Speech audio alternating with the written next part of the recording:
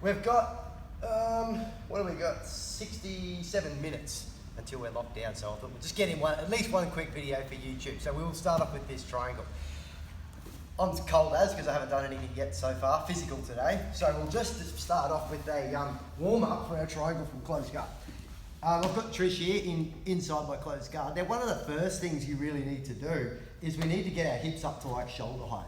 Now, just as far as the warm-up's concerned, I just want to do the push-pull motion. This actually is still fairly effective even when you are rolling, but we'll just look at it as from a warm-up perspective. So I'm going to pull her hands to my chin and see how that brings her forward a little bit. And then I will just push one hand back up underneath her chin. From there, all I need to do is open my legs and pop my hips up and close. This gets me in the mix. So for this drill, we'll just do this probably about 10 or 20 times.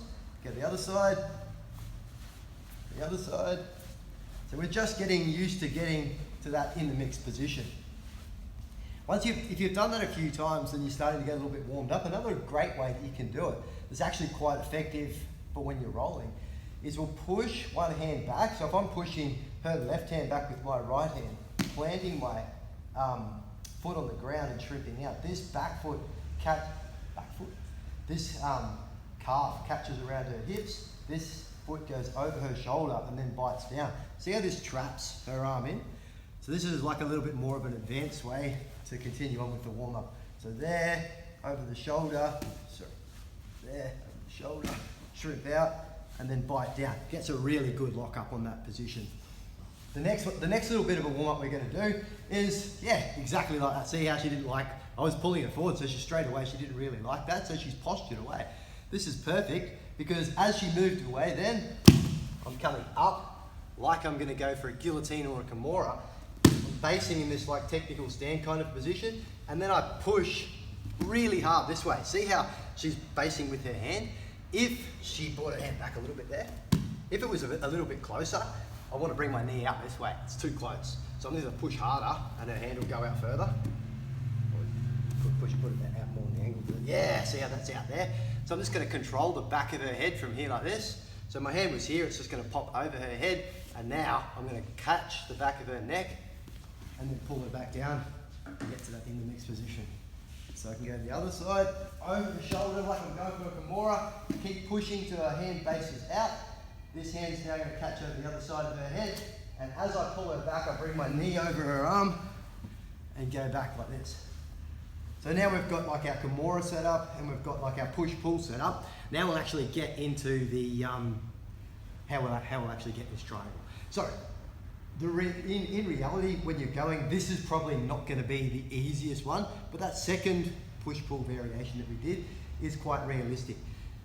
The only thing I wouldn't say on the push-pull variation is just holding the wrist isn't really going to be enough to bring their posture down. So I generally like to be clamping on around the neck or my gable grip over the shoulder here, simply just to get over one shoulder. So what we'll do from here is we'll just reach up and we'll control behind the head and we'll control underneath the tricep. From there, I shrimp out. See how that's why we wanted to do this drill there before, because I'm catching her hips with my calf there. Now this foot goes all the way over her shoulder. So I've got really good posture control. I can close up in the mix. And what I like to do here before I even start to come back is this hand that's under there holds the ankle. Now this foot just drops off onto the ground and I do two things. I forward shrimp, hold, and then put this foot on her hip before she even postures up.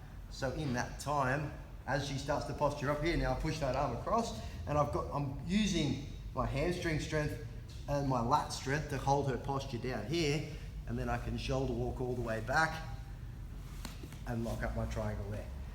From there, the key detail in that was that there was never an instance there where I let her have an opportunity to posture up. Because if you're wrestling with somebody that's a bit stronger or broader shoulders than you, the first thing they should be doing is posturing up and running for the hills. And if you let them get an instant, you're probably never going to get it back. So the whole way through we go there. I'm just going to reach up, control her head. If her arms are in the road, what I can do, just as we'll talk about this in detail on something else, is I can use my hands and my knees to bring her posture forward, Then I can control under this arm, over the back of her neck, shrinking out.